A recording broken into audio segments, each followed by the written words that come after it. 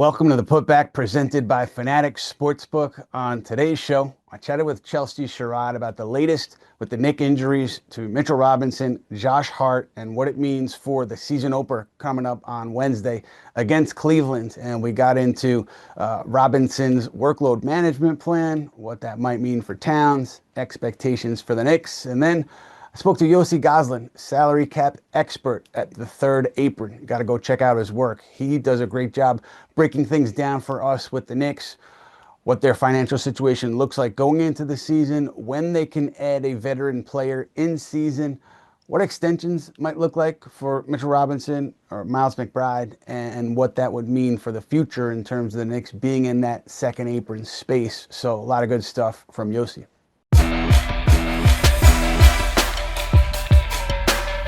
Hey guys, last week we were excited to announce our new partnership with Fanatics Sportsbook, and we mentioned Fan Cash, the ultimate sports currency. When you bet with Fanatics Sportsbook, you get up to 10% Fan Cash back on your wagers, win or lose. And you can use that Fan Cash on anything in the Fanatics universe. And with the season kicking off tomorrow, eligible customers are receiving a 50% NBA same-game parlay profit boost for both Tuesday and Wednesday of opening week. Go check it out yourself and download the app today. Fanatics Sportsbook, winning hits different here. Must be 21 plus. Gambling problem? Call 1-800-GAMBLER. Connecticut, call 888-789-7777. Massachusetts, call 800-327-5050. New York, call 877-8-HOPE-NY. Maryland, visit mdgamblinghelp.org. Not available in all states. Terms apply. See Fanatics Sportsbook app. Welcome to the Putback with Ian Begley, presented by Fanatics Sportsbook. I'm Chelsea Sherrod. It's so good to be here with you all ahead of the next season opener. Later on in the show, we'll have the host of Third Apron podcast, Yossi Gozlan. But first, Ian and I will break down what's going on with the Knicks ahead of Wednesday with their matchup with the Cavaliers. Let's get started with the baseline, Ian. Some injury updates from Mike Brown today. Let's start with Josh Hart. Mike Brown said that he's progressing slowly. Before, he wasn't able to do anything at all. Now he's out there. He doesn't have his eye on him completely, but he can see him doing stuff on the sidelines, going up and down. He can see him with the bands and things like that. But Ian, what are you hearing as far as Josh Hart's status? You know, shortly after the injury, I was hearing that, it's not something to be overly concerned about. And the idea was that he'd be there for opening night. And that was for multiple people who were around the team when he did get the injury. But I don't know. Now he's not practicing. He's not taking contact. Maybe he hasn't been cleared for contact, and that's concerning. Josh Hart, obviously a gamer. I just assumed that he would be back by now based on what I had heard in the aftermath of that back injury. But, you have to question whether you're going to have him Wednesday and how bad that injury actually is, because if it was as minor as it was described in the aftermath, he would have been practicing by now and scrimmaging by now at the very least. So maybe it's a game of possum here that the Knicks are playing with Josh Hart and with the Cavs, and he'll be out there and he'll be ready to go Wednesday. But the idea that he is not scrimmaging, not taking contact at this point is concerning. Yeah, it definitely seems like it's a little bit more serious than we might think, but hopefully this injury doesn't linger. Switching gears to Mitchell Robinson, Ian, Mike Brown repeatedly says that the Knicks are operating under a workload management mindset with Mitch. He's unsure if he will play on Wednesday against the Cavs. What's your reaction on him potentially missing from the starting rotation, and what impact do you think that'll have on the Knicks? Yeah, it's a mixed reaction because on one hand, the workload management, it makes sense, right? Robinson, given his injury history, he should be managed closely, and you should, hold him out of games even when he's healthy over the course of the regular season, because the goal is to have him healthy for the playoffs when you've seen the kind of impact he can make. He can wreck a game, he can wreck a series. But the idea that your plan for workload management includes him maybe not playing Wednesday, again, this could be gamesmanship from the Knicks, but I know Robinson, was dealing with some discomfort earlier in the preseason. Knicks are saying that he's not hurt, and it's workload management, and the plan should be for him to play Wednesday without a doubt. But maybe the Knicks want to keep everybody guessing, keep the Cavs guessing. It would be strange though if this whole plan, as you're managing his workload, included him not playing the first game of the season. That would be bizarre. Yeah. No, for sure. And of course, the fans want to see him out there. Like he provides just such a spark for the Knicks. So hopefully we'll see him out there sooner rather than later.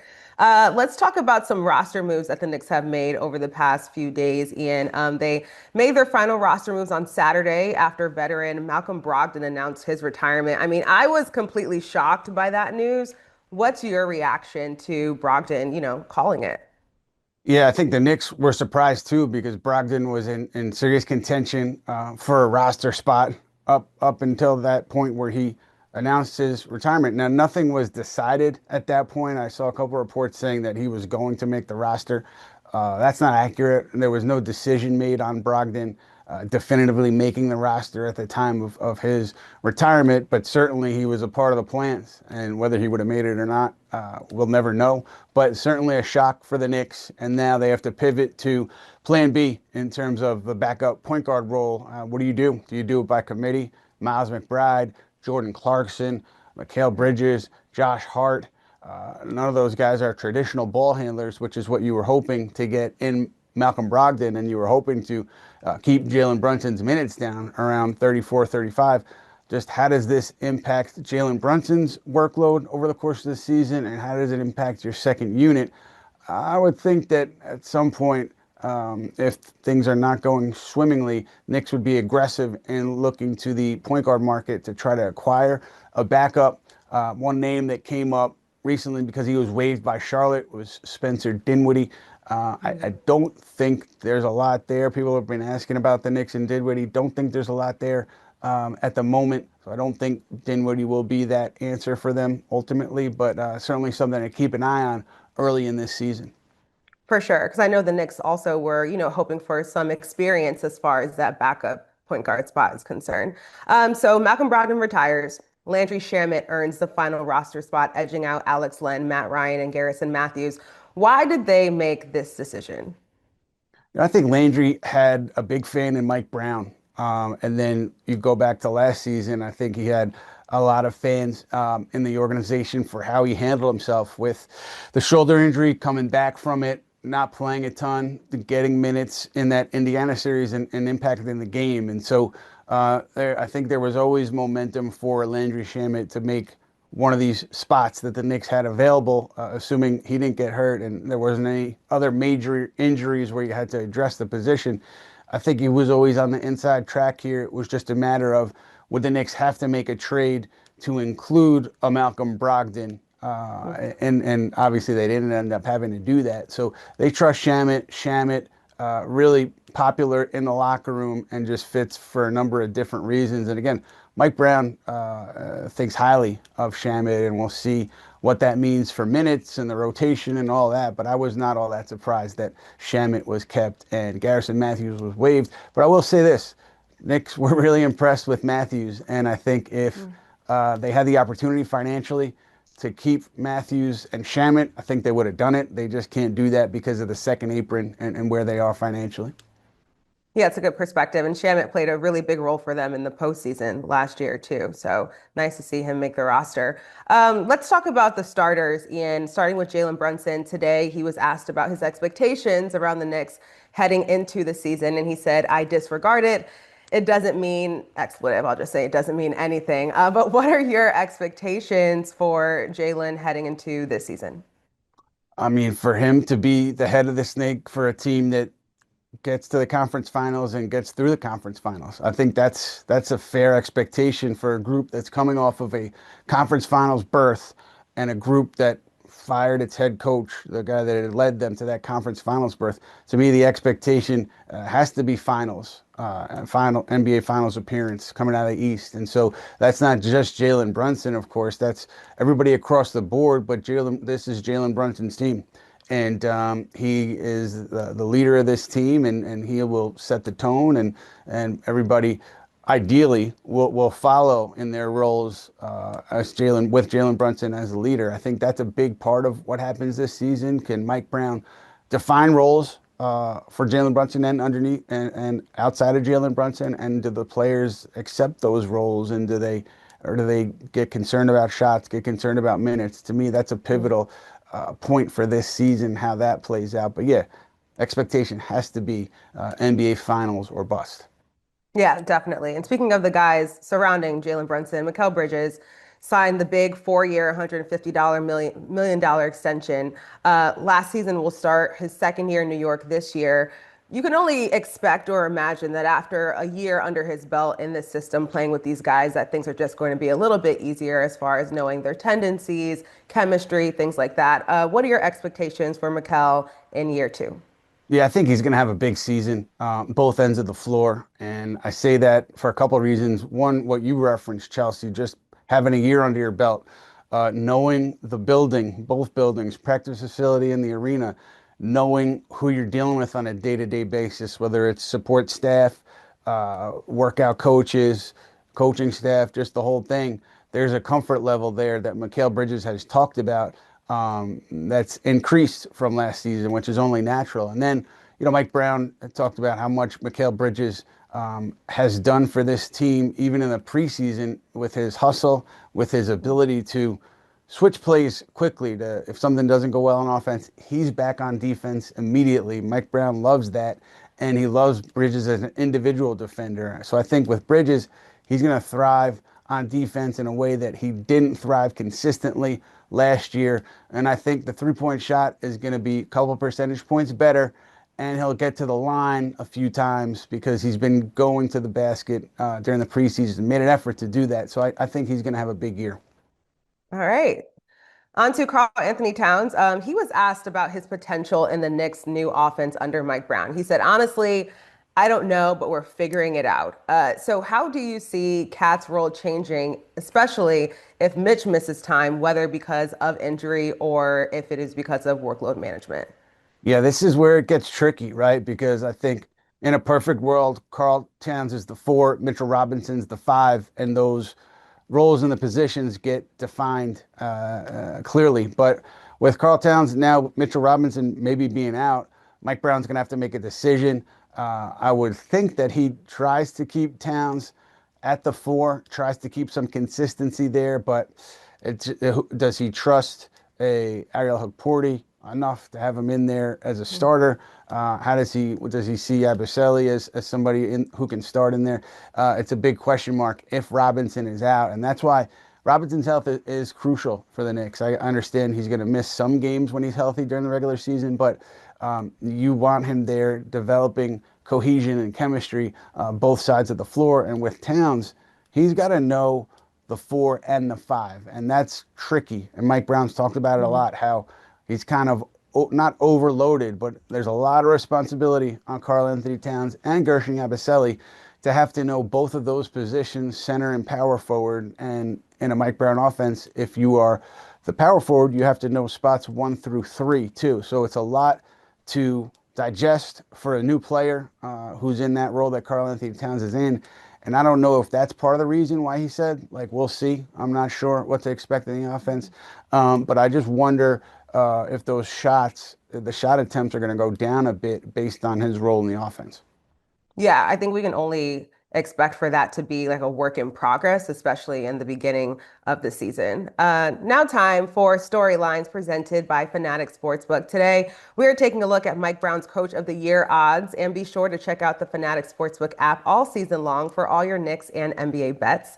So, Mike Brown's Coach of the Year odds sit at plus 1,800 behind seven other coaches. At the top of the board is Orlando Magic's Jamal Mosley at plus 550, followed by Rockets Ime Udoka at plus 700 and Hawks Quinn Snyder at plus 800. So make sure you take a look at those odds. But let's talk about Mike Brown on pace of play and minutes, Ian. He says that he hopes to play Jalen Brunson and Mikal Bridges around 34 minutes opposed to the 35 and 37 minutes respectively that they averaged last year. What's your opinion on the potential of that 34 kind of minute range for them? I mean, for Brunson, it's not a huge departure from where he was last year under Tom Thibodeau. For Bridges, it would be a significant reduction. So I think the goal there is clear. The goal there is to not necessarily want to go try to win all 82 games, but look at take a longer view of your minutes and your usage and try to keep you fresh for the playoffs. I think that's pretty clear. And then just generally with the rotation, I think in a perfect world, let's say if the Knicks had that backup point guard role solidified, I think Mike Brown would go pretty deep in his rotation, and you would see guys, plenty of guys having regular minutes. Maybe injuries impact that. Maybe he's not able to do that. But I think that is the plan on paper going into this thing. Okay, I just listed a few of those young coaches that also are have pretty high odds as far as making Coach of the Year. Are there any young coaches that we should keep an eye out for this season?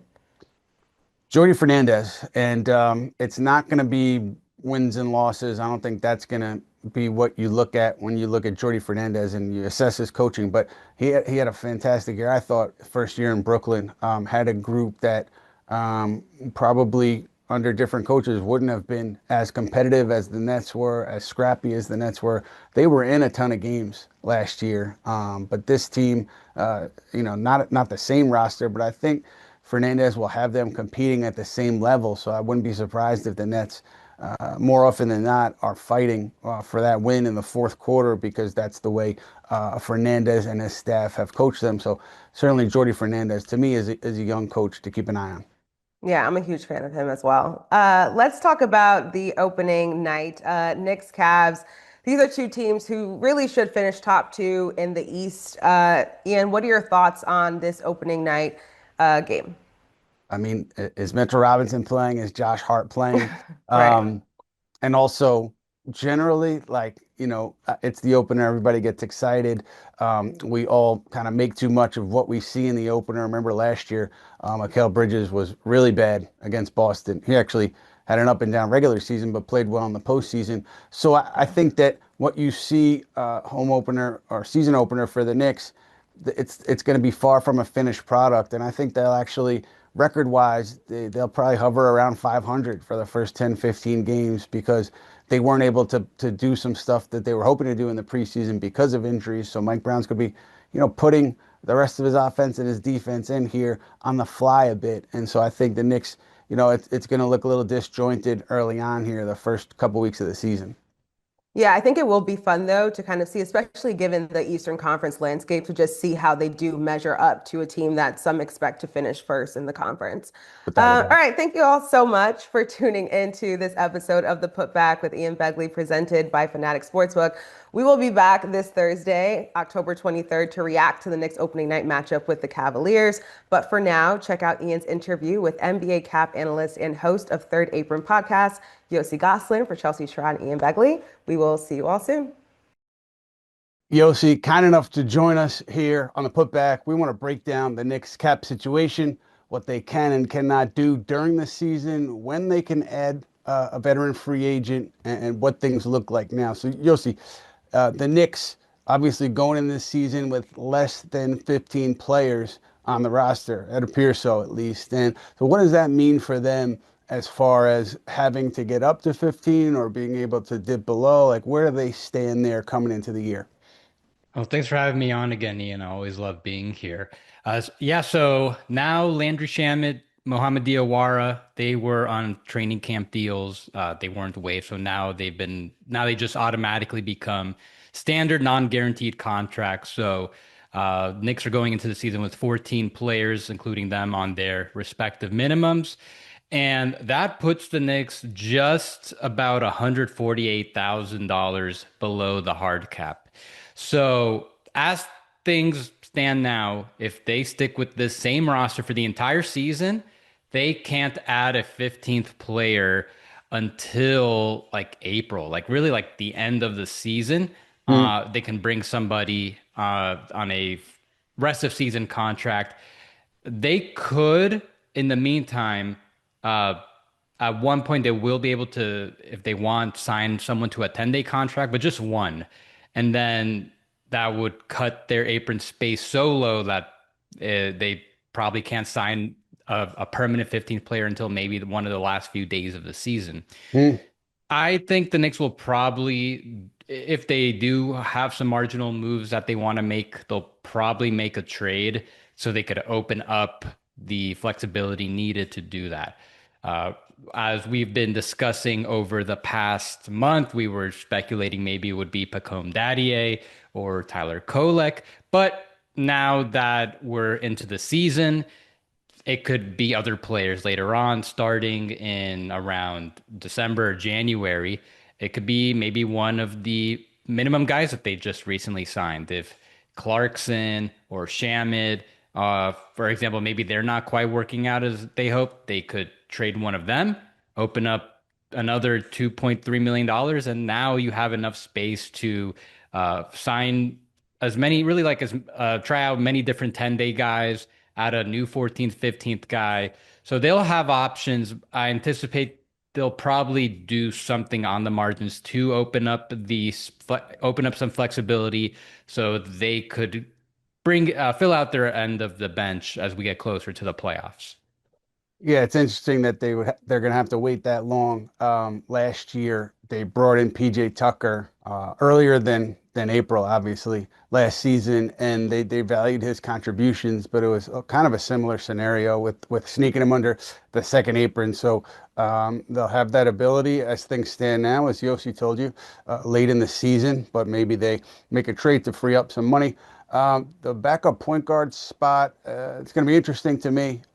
Is it Kolick? Is it a combination of McBride and Clarkson? How does that shake out? Do they do, even Josh Hart there? Is it kind of by committee? I know Spencer Dinwiddie got waived by Charlotte, and I don't think it would be Spencer Dinwiddie. Obviously, they would need to trade somebody to be able to add him on, but I haven't heard much there with the Knicks and Dinwiddie, just for whatever that's worth. But I am looking closely at that backup point guard spot. And then Yossi, during the season here, Knicks, Mitchell Robinson, he's entering free agency. Can they discuss an extension during the season? So I just want to add about that what you just talked about with Dinwiddie. So Mhm. the Knicks, since they're over the first apron, they wouldn't be able to sign most players making the mid-level or more out of buyout. So Dinwiddie wouldn't count for that. He was making the minimum. But just an interesting note, yeah, they could add him at any point if any of the if once a player who's making the mid-level or more gets waived mid-season, the Knicks wouldn't be able to add that guy. As far as Mitchell Robinson, he is extension eligible throughout the season. I'm sure the Knicks and him were discussing numbers throughout the offseason, but probably weren't very close. And at the same time, now we're at the point where we're within 6 months of the trade deadline. Maybe the Knicks want to keep that option open if just in case I think Mitchell Robinson, they'd like to keep him. He was really impactful for them once he came back. But what if he gets like another big injury? Maybe they want to keep that option open in case they do need to trade him for a healthy body if it comes to that. So if they give him an extension, like if they give him like the maximum they could give him or pretty close to it, they can't trade him for the rest of the season since that 6 months trade restriction would extend past the trade deadline. They could give him something a little smaller on the years and dollar amount, but maybe he might not be wanting to accept that. He might want to try to wait out to get something a little more. So either way, there is time. They can negotiate an extension all the way up until the end of the regular season. So I would guess that assuming he plays well for them, he's healthy, and he sticks past the trade deadline, I could see both sides agreeing to an extension short sometime after that. Yeah, it'll be interesting to see how that plays out. Last time we were here with Robinson and the Knicks, they didn't get close to a common number, common ground when they talked extension during the season that he was entering free agency. If I'm Robinson, I'm looking at the cap space situation for this coming summer. And Yossi, correct me if I'm wrong. It's going to be much stronger this coming summer than it was last summer. So I might kind of bet on myself there and see what interest that could garner. But we're a long way from there, right? We still have to see if Mitchell Robinson is playing in the opener and how he does during the season. But yeah, it's going to be an interesting dynamic there with Robinson. And then another extension that the Knicks have signed, Mikal Bridges, the extension that he agreed to. I believe it was the end of January, start of August. I think it was 6 million less than his max, Yossi. And I'm just curious, as somebody who knows the CBA so well, knows these contracts so well, what was your initial reaction to that number, that extension? I thought even the full amount he could have gotten, that 156 was, I thought that was pretty favorable to the Knicks. I think he's probably worth a little more than that. I feel like his production's a little marginalized, being a third and fourth option on the Knicks versus when he was a higher option on the Nets and Suns. But as far as his impact goes, especially in the playoffs, I think if he hit the open market, there's a possibility he could have gotten a little more. I don't know how much more. So I really like that contract for the Knicks. And it's the fact that they were able to get him on even a little bit less than his maximum. That's just great negotiation on their part. And I think that's gonna, in the long term, if they need to make some changes and that might involve him, I think that's a very tradable contract. I think it's kind of in line with the contract he's in now. I feel like as long as he continues to play at this level he is, that would be a very appealing contract to interested teams out there. And Miles McBride, maybe you could clarify this for me. I thought he's extension eligible at the end of December, the 2-year anniversary of when he signed the deal. I've seen other dates elsewhere. I think somebody had him as this today was the last day he could sign the extension. Do you know what the date is there for him? So you're right about that. Since he did a 3-year extension, that the anniversary date in December, end of December, that would be the 2-year anniversary date would be the day he becomes extension eligible. However, he does still have an additional year left on his contract. So today's actually the deadline for players with multiple years left on their contract to extend, but he's not eligible yet since Hmm. we haven't hit the anniversary. So he will become eligible as soon as this offseason, July 6th, as soon as the moratorium ends. Hmm. And he will be able, the Knicks will be able to pay him whatever his market value is. He does make a pretty low salary, that's around $4 million a year, but just because it's that low, they could still bring his starting number high enough where they could match really any potential offer out there for him. I would think that his contract ending coincides with Towns' player option. Towns technically could extend today. The deadline for him to extend is tonight. I don't anticipate that that will get done, but that could be something. One, it is time to revisit it. Maybe he declines his player option, that $60 million amount. I think, does he want it? Maybe take something a little less. Just as with Brunson and Mikal Bridges, everyone's been taking a little bit less. That could help subsidize the cost of a potential raise for Miles McBride. So that's just something I'm keeping an eye. I feel like those two things might be somewhat related, and probably something we hear more about next offseason. I guess my question, Yossi, you led me to my next one is, can the Knicks, given where they are financially, could they, extend Miles McBride and sign Mr. Robinson to a competitive number and still be under the second apron, or would it be really difficult for them to be under that second apron if you were to try to bring both of those guys back? So next season, I'm fully expecting the Knicks to be above the second apron. That's assuming they extend Mitchell Robinson. That's going to put them above it. Uh, And then the following season, I can't really project after that, but I would still probably, to be safe, anticipate they'll remain over the second apron.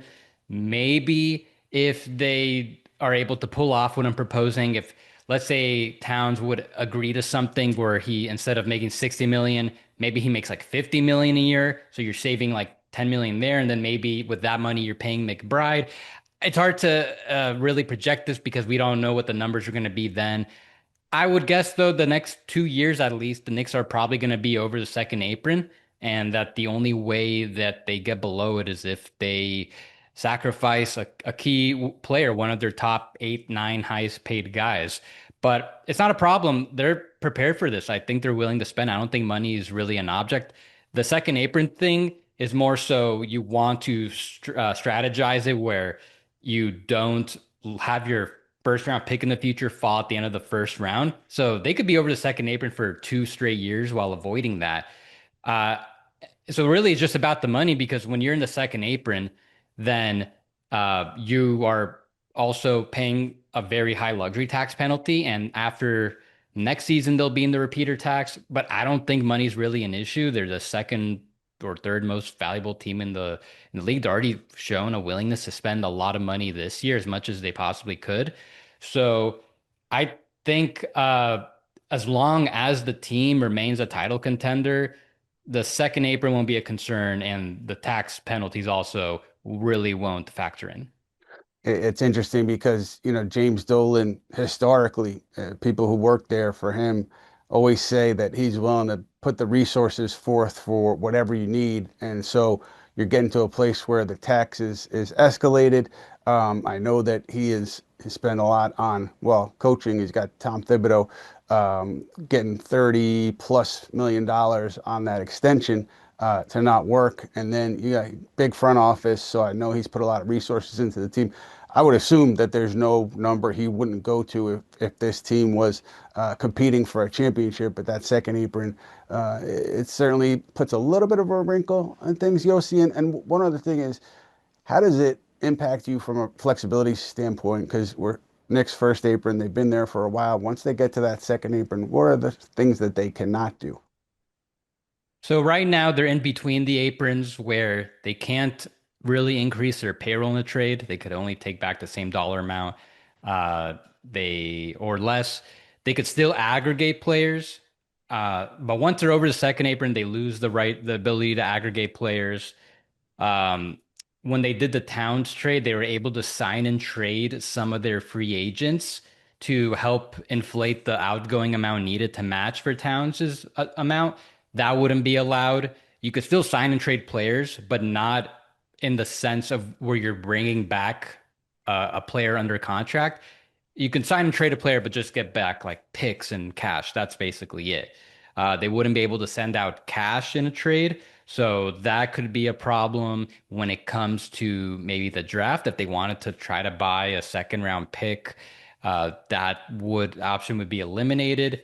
And this year, they used the tax pyramid level on Gershon Yabusele. They were able to use that because they're below the second apron.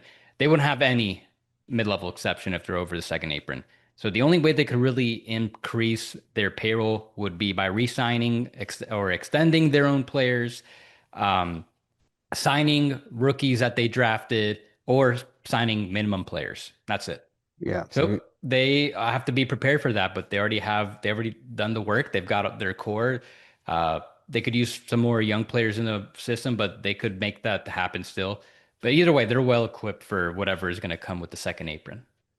we're talking about the future off seasons, maybe this coming off season included, to talk about Giannis. Unless the Bucks have a really good season and it's clear that they can contend with Giannis, I think if they get off to a shaky start or they don't have a great year, the conversations about Giannis are just going to continue. And we know he's been linked to the Knicks for good reason. I've said it. I think so many hurdles have to fall in place for that to become remotely a reality for many different reasons. But Yossi, you touched on that recently. I believe that you were writing on the third apron about that possibility, and you were talking about other teams that could be suitors. Where do you see the Knicks as far as in the hierarchy of teams that have the trade ammo to make that kind of a deal? I think they're pretty not high in the hierarchy. Mm, They, I think their window to realistically trade for Giannis went away, closed when they traded instead for Mikal Bridges, trading all their first round picks for him, and then trading for Karl Anthony Towns, trading Randall, Dante DiVincenzo, another first round pick over a year ago, and I started doing Third Apron, and I made some mock off-season videos. I did one on the Knicks after they lost to the Pacers in the 2024 playoffs about they can my ideal Giannis trade package, which was basically all the stuff that they traded for Bridges and Towns. But that was also assuming maybe they also re-sign Isaiah Hartenstein, which didn't happen. So now I don't think they really have a top five offer, or really maybe even a top 10 offer to interest the Bucks. I wrote about now how they technically do still kind of have a window because since they're below the first apron, below the second apron, they could still aggregate guys. And it's going to probably take multiple starters at least. And it will probably take something like maybe they have to trade both Mikal Bridges and OG Anunoby and send them to teams where they are sending out multiple draft picks and rerouting those to the Bucks to satisfy them. I think there's just too many moving parts, too much what ifs.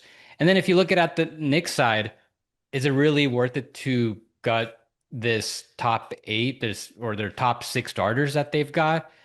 I think that's a pretty valid concern now. Let's say you have to trade Towns and OG Anunoby. So then you're basically Brunson, Mikal, Giannis. Is this team really equipped for Giannis? I think when they had Isaiah Hartenstein, I think it would have been a much better fit in the front court. I can't say I like the idea of him being paired up with Mitchell Robinson full time. So I think there's also some valid issues on the Knicks end of how the roster is going to look after, and it's going to be very hard for them to reorient the roster around Giannis when they're going to be over the second apron in future years. It's going to be very hard to make the trades necessary. So that's my thing on it. I would be pretty surprised, or very surprised, if the Knicks are able to acquire Giannis, even if they are willing to give up some of the combination of guys I mentioned. Yossi, always appreciate your insights and your analysis of the Cap situation. You got to check out Yossi on the third apron. He writes, he does video content. He's all over the Cap situation across the league. So please keep an eye on him there. He does a great job. Yossi, thanks so much. Thank you for having me on, Ian.